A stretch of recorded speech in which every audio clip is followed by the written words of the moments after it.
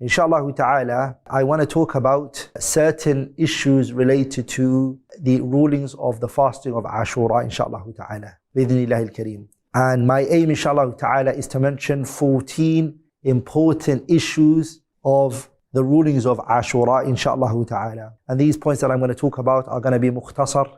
It's going to be very summarized, inshallah ta'ala. I'm not going to go in great details. I ask Allah tabarak wa ta'ala that He makes it a source of benefit wal ifadah. Allah is the best to ask, subhanahu wa ta'ala, and to hope from. And from Allah tabarak wa ta'ala, strength, was sadad, wal qabul comes from. The first mas'ala, inshallah ta'ala, that I want to share with all of you, bi'idhnillahil kareem, is Yawm Ashura. It's the fasting on the 10th of the month of Shahrillahi al-Muharram, which is the month that we're in right now. Inshallah ta'ala, Ashura is going to be tomorrow, bi'idhnillahil kareem. So it's the fast on the 10th min Shahrillahi al-Muharram. And this is the madhab, the view of the Jumhur al-Fuqaha. From them is the A'immatul Arba'ah. And this view is based purely on the hadith of Ibn Abbas radiyallahu ta'ala anhuma, where the Prophet alayhi salatu wasalam, he fasted, salawatullahi wa salamuhu alayhi. And he commanded the companions to fast, and he instructed them to fast. They said, Ya Rasulullah, it is a day where the Christians and the Jews glorify and they honor and they venerate. The Prophet sallallahu alaihi wasallam, he said, if next year comes, we will fast inshallah ta'ala on the 9th. And as the narration clearly and categorically mentions, that year never came. The Prophet sallallahu alaihi wasallam, he passed away and he only fasted that year sallallahu alaihi wasallam. So the virtue of fasting it, and that it's recommended, is agreed upon by the scholars, that it's a virtuous fasting. And Imam Muslim narrated in his Sahih, the Prophet said sallallahu alaihi wasallam, fasting on the 10th of Muharram, I hope that Allah tabarak wa ta'ala will forgive and expiate me for the sins and the mistakes and the shortcomings of last year.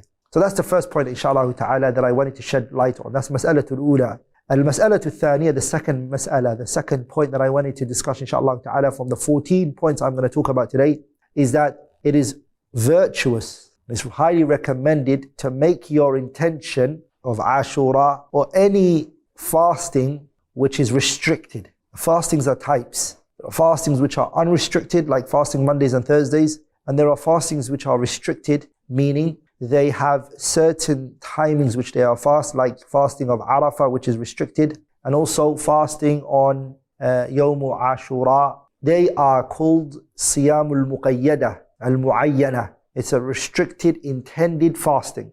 Okay, it's not an unrestricted fasting. It's recommended for the person to come with the intention the night before. But if it's just a unrestricted fasting, you can have your intention the daytime. You can come to your wife and say, is there any food? If she says, no, there is no food, you can say, I'm fasting today. That's fine. Because this fasting is what? It is not muqayyada mu'ayyana. It's not restricted and it's not intended. It's an unrestricted fasting. But like in the fastings of Ashura and Arafah and etc., it's highly recommended that the person comes with the intention the night and the day before. The question here is, if the person comes with the intention after Fajr, so the daytime, they find out that today is Yawm Ashura, or they find out today is Yawm Arafah, and they never came with the intention the night before, will it be accepted from them? Will it be taken into consideration? There is a dispute amongst the scholars. Insha'Allah ta'ala, bi'idhnillah al-kareem, their fasting will insha'Allah ta'ala be accepted, but try your best to come with your intention the night before. So it's not going to be the same, the one who comes with the intention the night before and the one who comes with the intention after Fajr. They're not going to be same. It's like the scholars, they say, like the one who catches up the Salatul Jama'ah from the beginning and the one who catches up the Salatul Jama'ah in the middle, فَلَا يَسْتَوِيَانِ. They're not going to be equal and they're not going to be the same. Even though both of them have caught up with the Jama'ah, but one is different from the other. And this is the view that Imam al-Nawawi and Imam Ibn Rajab al-Hanbali and Shaykh al-Allama Muhammad ibn Salih al-Uthaymin rahimahullah, he held. So these great giants, the great Imam al-Nawawi rahimahullah and al-Allama, al-Imam Shaykh al-Islam ibn Rajab al-Hanbali and Shaykh Muhammad ibn Salih al-Uthaymin, all that, they held that opinion. The third mas'ala, inshallah ta'ala, I want to talk about, bi'idhnillah al-kareem, is the levels of fasting Yawm Ashura. Okay, the levels of the people who fast, the categories and the levels. The first level, inshallah ta'ala, is Siyamu Tasi' wal Ashir, fasting on the 9th and fasting on the 10th. And this is a mahallu ittifaq. Scholars all unanimously agree on this issue. And this is, of course, based on the hadith of Ibn Abbas. Ibn Abbas radiallahu ta'ala anhuma mentioned the hadith where the Prophet ﷺ, he fasted on the 10th and he said, if I live next year, I will fast on the 9th. So by unanimous agreement of the scholars, the 9th and the 10th is a fasting.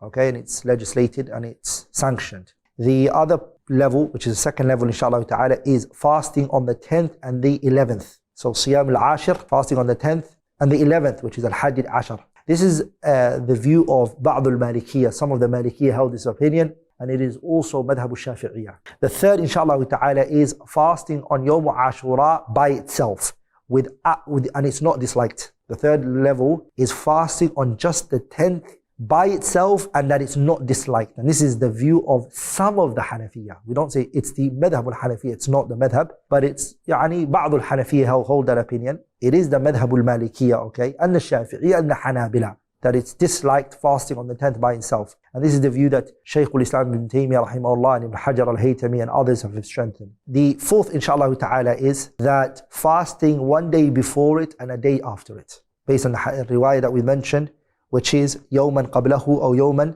بعده, a day before it or a day after it. And Imam Muhammad ibn Khuzaymah narrated that, and some of the scholars of course they weakened it, يوما قبله أو يوما بعده. Also another narration, and Imam Muslim narrated, which is لَإِن بَقِيتُ إِلَىٰ قَابِلٍ لَأَصُومَنَّ التَّاسِعَةِ. If I live next year, the Prophet said, he said I will fast on the 9th. And Imam Muslim narrated this, and this is the view of Ba'd al-Hanafiyyah and Qawl al-Shafi'iyya and ikhtiyar of Ibn al-Qayyim rahimahullah. And inshallah we'll say وَلَا إِنْكَارَ فِي هَذا. There is no inkar in this mas'ala. The 10th level inshallah ta'ala is fasting on the 9th, the 10th and the 11th. And this is the best, my brothers and sisters. This is what I highly encourage you all, which is based on the wording of the narration I mentioned, يَوْمًا قَبْلَهُ أو وَيَوْمًا بَعْدَهُ. يَوْمًا قَبْلَهُ وَيَوْمًا بَعْدَهُ. A day before it and a day after it. Bayhaqi and al-Shafi'i narrated this. Okay, and it's been transmitted from Ibn Abbas. وَصَحَحُ بَعْضُ أَهْلِ الْعِلْمِ. Some of the scholars authenticated this hadith. Like in the other previous riwayah Ibn Ahmad narrated, and Ibn Khuzaymah, which says يَوْمًا قَبْلَهُ أو يَوْمًا بَعْدَهُ. This, of course, inshallah ta'ala, لا تصح الرواية. That riwayah is not sahih. Now I want to go into the fourth mas'ala, the fourth point I want to mention, inshallah ta'ala, which is, it is accepted and it is allowed for the person to fast even if there is a qada on him, meaning there is some days of Ramadan that are still outstanding. The person is allowed, inshallah ta'ala, to fast on Ashura. And this is the madhabu jumhur al-fuqaha, the overwhelming majority of the fuqaha, because they say the fasting of Ramadan is a wajib, an obligation which you can bring back until next Ramadan. Lakin the fasting of Ashura is what? It's a sawmun mudayyak. It's a fasting which is restricted to a particular day. So the scholars here, they say that we shouldn't look at it from the perspective of one being wajib and the other one being sunnah. We should look at it from the perspective of one being muwassa' and one being mudayyak. One being unrestricted until next Ramadan you can bring it up, which is a long time. And this one being restricted to a particular day, and then if you don't fast it, you have no opportunity after that. So they said here it's between a muwassa'un wa mudayyak, rather than a wajib versus a sunnah. So inshallah ta'ala, according to that opinion, inshallah ta'ala, we will say to the person, it is permissible for the person to fast Ashura, وَإِن كَانَ عَلَيْهِ قَضَاء. The fifth mas'ala, inshallah ta'ala, that I want to talk about is it permissible, okay, and is it allowed to combine between the intention of bringing back fasting of Ramadan with Ashura? So I have some days of Ramadan that are outstanding. What I say is I'm going to fast these 3 days, the 9th, the 10th and the 11th, but I'll also come with the intention of not only Ashura but Ramadan as well. So I'm going to combine between the two intentions. Am I allowed to do that? This issue, there is a dispute, an argumentation, and differences between the scholars in this issue. And there are different opinions. The first view says that it's not allowed, even if the person intends to do both of them together. And this is the madhab al-a'immah al-arba'ah. Because they say, their argument is, لِأَنَّ كُلًّا مِّنْهُمَا مَقْصُودٌ لِذَاتِهِ. Both of them, Ashura and Ramadan, are both intended by the Sharia. The Sharia wants each once. This one, the Sharia wants it as a recommended act, and this one, the Sharia wants it as an obligatory act. So both of them are intended maqsood lidatihi. And so they say that the ibadah which is maqsood lidatihi, it has to be separated from the other. They are ibadatani mustaqillatani. They are two ibadah which are independent from one another. So يعني التشريك بينه وبينه is not allowed. They don't permit that. That's the first view. The second view, they say it is allowed. They say it is permissible to bring those two intentions together, and this is the qawl of madahib al-a'immat al-arba'a. Okay, the madahib al-a'immat al-arba'a. Okay, and it's the ikhtiyar of the great Imam who recently passed away a few years back, Al-Imam Ibn Baz rahimahullah, Shaykh Ibn Uthaymeen.